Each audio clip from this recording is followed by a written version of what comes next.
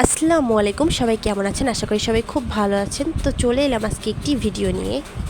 আজকে আমি আপনাদেরকে দেখাবো একটি প্যাক, বডি প্যাকও বলতে পারেন, ফেস প্যাকও বলতে পারেন। তো এর জন্য লাগবে আলুর রস, ভাতের পেস্ট, বেসন আর লেবু।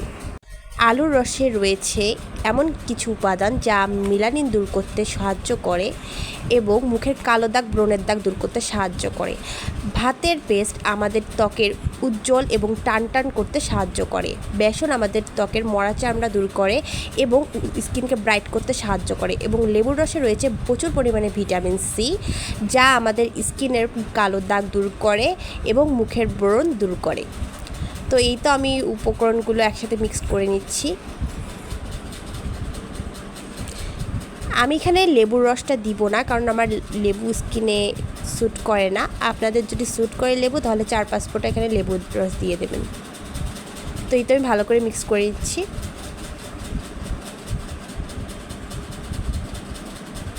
আমি এখানে লেবুর রস দিচ্ছি না।